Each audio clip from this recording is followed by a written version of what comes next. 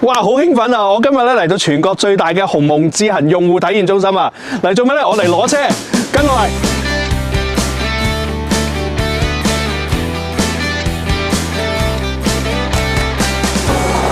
嚟到呢度咧有3個數字同大家分享一下。呢度咧有1440平方米嘅展廳，所有鴻蒙智行嘅車款咧都齊備晒。另外咧呢度咧有一個10幾萬嘅咖啡機，啲咖啡係任飲㗎。第三咧，呢度咧個成個用戶體驗中心係15000平方米咁大嘅，係全國最大嘅。快啲嚟啊！我好興奮啊！我部享界 S9 已經到咗啦，我可以攞車啦。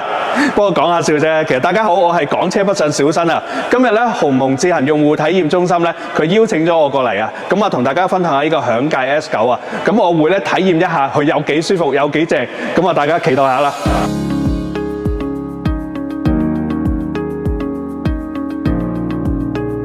哇！呢度靚到啊！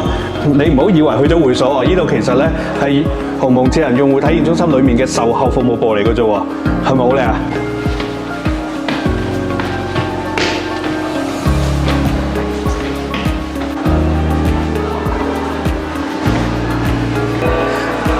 哇！睇下呢個茶室靚到啊！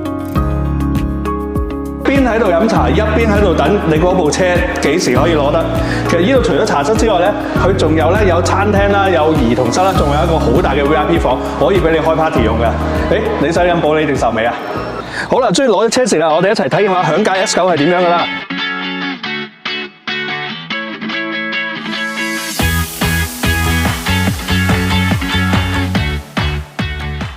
咁啊，今日一上車咧，嚟到呢部車咧，享界 S9咧，我就係個感覺啫，舒服，好舒服。成架車咧，我由洗出嚟咧，其實經嗰個減速帶啊，個路膊咧，其實你根本覺得架車係即係佢，你可以話佢偏遠啲，但係其實我覺得係俾到舒適感你嘅。今次咧，其實好好啦，多謝呢個鴻蒙智行嘅用戶體驗中心啊，佢係願意借部車俾我咧，喺呢個復活節假裏面咧，個4日咧，咁我喺度慢慢去體驗呢一部車。咁而家咧，我哋就開翻車翻落去中山嗰邊，因為我哋約咗朋友咧，今晚咧就去食飯。今晚個餐廳咧都幾期待嘅，一陣間咧都可以同大家介紹下。好，上到高速可以分享下就即係揸咗少少一段路嗰個感覺。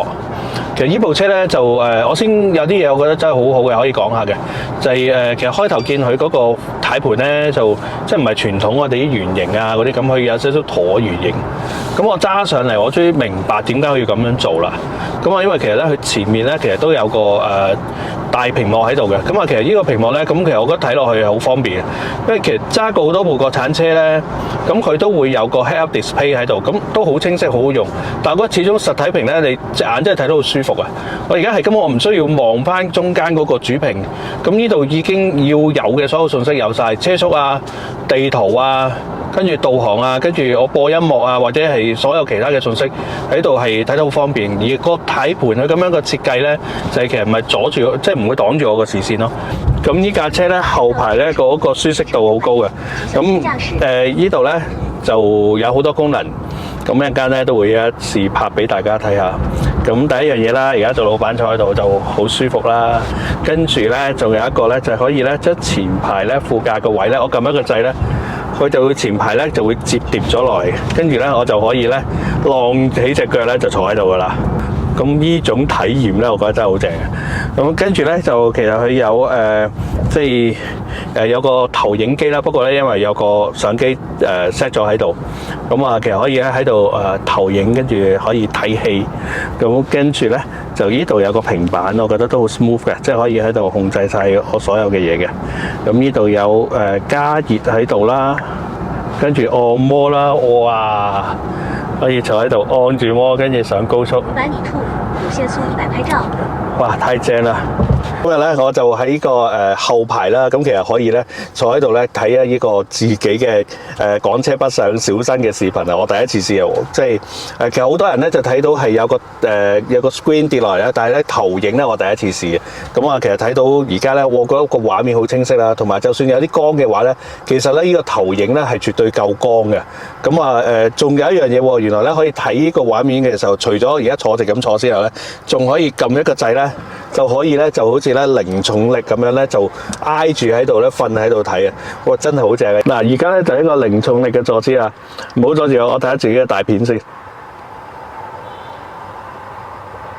好，我哋終於到咗中山啦！而家去呢個香山家宴食飯，呢間係我其中一間比較中意嘅餐廳，一齊去食下嘢啦！好，嚟到香山家宴啦，咁啊呢度咧係中山三尾景區好大嘅一個莊園嘅餐廳嘅，大家一齊睇下呢度嘅環境係點樣啊！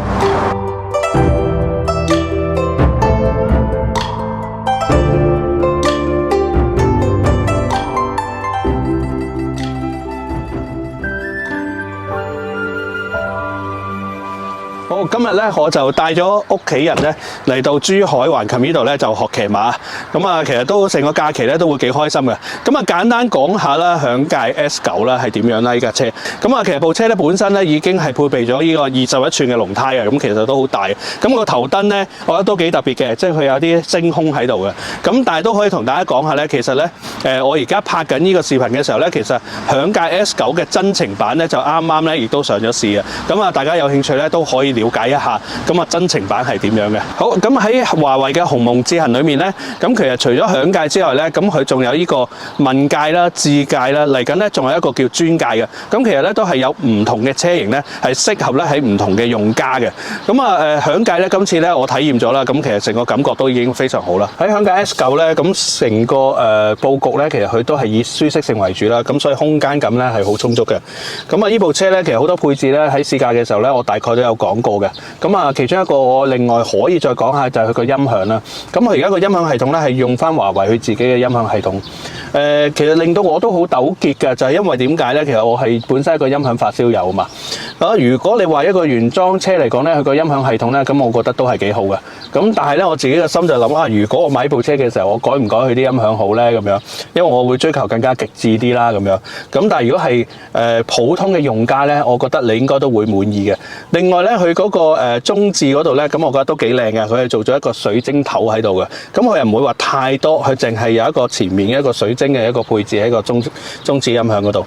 咁另外車機咧，咁其實所有嘅操控咧，佢都係盡量咧係簡潔為主。咁所以咧，佢都個車機嘅屏幕咧已經可以控制晒呢部車大部分嘅嘢。咁而成個車機咧，咁啊亦都係會做得咧，我覺得係好絲滑、好順暢嘅。本身其他嘅配備咧，我相信咧，而家國產車有嘅，佢都有齊晒㗎啦。好，我簡單總結下咧嘅享界 S9嘅感覺啦。其實呢部車咧就係舒服，因為咧佢可以咧照顧到咧前排同埋後座嘅乘客啦。咁啊成架車咧都會做得好穩嘅。但係最令我驚喜嘅一樣嘢咧就係咧，其實鴻蒙智行佢嗰個自駕。咁啊，我哋琴日咧就係由呢個東莞揸去中山嗰一段啦。咁啊，其實咧我哋啱啱咧係碰到咧呢個交通嘅高峰期嘅，即係落到去市區嗰陣時咧，其實好塞車嘅。咁但係部車咧佢係完全自動駕駛咧。佢識得咧喺適當嘅時候 cut 線啦，咁啊亦都咧唔會話突然間好快加速或者突然間急停，令到你好唔舒服嘅。成個感覺咧，其實佢咧好似咧即係真人駕駛緊。前面有架車擋住，佢會識得點輕輕咧繞過去。咁啊，但係所有嘢咧，佢係做得好柔、好舒服。咁啊，跟住喺夜晚嘅時候咧，我哋中山食完飯翻返珠海啦，我哋都係用自駕功能。咁啊，雖然夜晚咧高速咧其實咧就係冇乜車嘅，咁但係咧落住雨，咁嗰個環境咧其實對於佢嚟講係完全冇任何嘅挑戰性嘅。咁啊，到去市區裏面啦，咁啊，其實咧都有少少複雜嘅嗰個路段，咁但係咧佢都係咧好舒適、好穩妥咁咧，將我哋送翻去酒店。咁啊，不過咧都要提醒大家，咁啊自駕咧其實只不過係一個輔助功能，即係唔係代表咧我哋開咗之後咧咁啊就可以瞌眼瞓啊，或者就雙手咧離開嗰個軚盤啊咁樣嘅。咁我哋都要觀察住嘅，因為有陣時咧我見佢有啲位好窄，我都會有少少怯一怯㗎。我睇大架車係真係可以好順利咁樣咧係繞過咗去。咁對於享界 S9咧嘅呢部車咧，大家有啲咩嘢嘅意見啊，或者有啲咩嘢嘅想法咧，歡迎喺我嘅評論區嗰度咧分享。我係港車北上小新。